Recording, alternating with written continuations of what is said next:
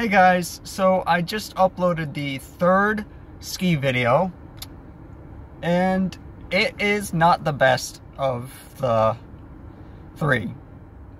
Well, ironically, I think that video-wise, it is the best of the three, but the ski conditions were not good that day. They weren't really good. The 2 weekends ago when I went up there, they really weren't that good, and I do apologize for that. However, I'm going up tonight. We have gotten over 2 feet of snow, so all the rocks will be covered, all the ice will be covered, the glades will be open again, and I'm going to get much better runs. Although I do recommend you watch parts 1 and 2 at least, because part 1, especially the runs on Illusion, I can't stop thinking about those runs. They're so amazing. Part 2, yeah, there were some fun runs. Just turn it off when you get to Wildcat. Unless you really want to experience the 360 video, I mean, I do this personally for me. You could still get a kick out of the 360 runs on part 3. Plus, as you saw in part 2, I started to use some music. I'm actually, as of this recording this, fighting a battle because apparently the royalty-free music from Wondershare Filmorama, YouTube doesn't believe it's royalty-free because they're actually hitting me with a copyright claim. YouTube.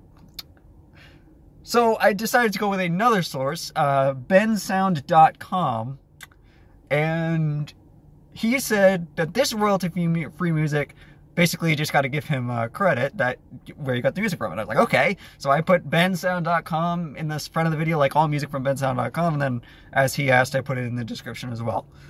And the music is actually better than Wondershare Filmorama, and there's a giant library.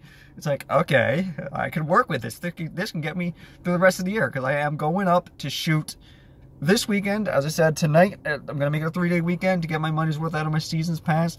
Shoot every day, and I'm going to take the best clips. And I'm going to go in the glades, provided that there is indeed enough snow. I'm going to double check. And if there are trails that aren't good, I'm not going to tape them. I'm going to have a blast on them doing myself, but obviously they do, especially with the 360 camera, they don't come out that good. Although, I will say, I still haven't had a chance to...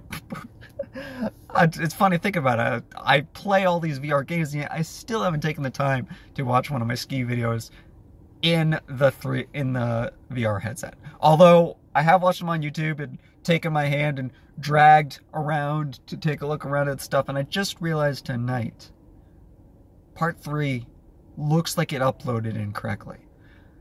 For those of you who don't know, when I use Wondershare Filmorama, it's not a 360 editor. You have to edit it in 2D, which essentially, well, shows you 360 in a 16:9 view, which doesn't work. But it allows you to edit the program, and there's actually a simple fix. You simply use, YouTube recommends something called this metadata injector that actually just injects the video with a file that says, tells YouTube, hey, this is a 360 video, warp it to be 360, and YouTube does that. And I just realized that while parts 1 and 2 have done it, part 3 still looks like a normal 16:9 video. Well, not a normal one, it's warped because it's supposed to be 360. If you have a look at it right now, it's kind of crazy. Now, I don't know if maybe YouTube just needs extra time to process the, it, or, you know, if it'll still work in VR. But I'm kind of doubting it, unfortunately. I don't think that it will fix itself.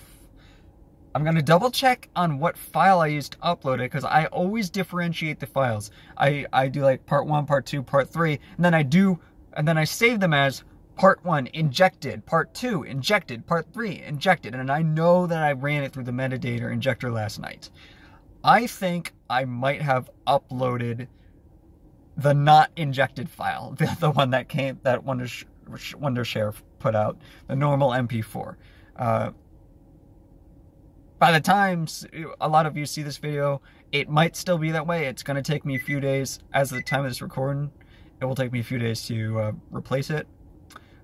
But you got parts 1 and 2 until then. It's not like I have to redo the whole video. I just have to run it through the metadata injector.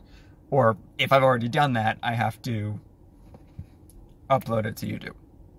Although it is possible that the metadata injector could have failed. I should have watched it on my computer first. A lot of things I should have done, honestly, for part 3. For all of these. And it's just because it was my first time using this, my first weekend using the camera. Like, actually using the camera. Yes, there were the successful test videos, and there was a weekend where I took it out with me and it didn't behave. You actually saw a couple of clips from that in the one where I tell it to behave in part 1 was actually from the weekend 2 weekends before, where all of these videos come from. But, you know, I'm gonna make it work. It can work, and it will work. I'll fix everything, and this weekend is gonna be awesome.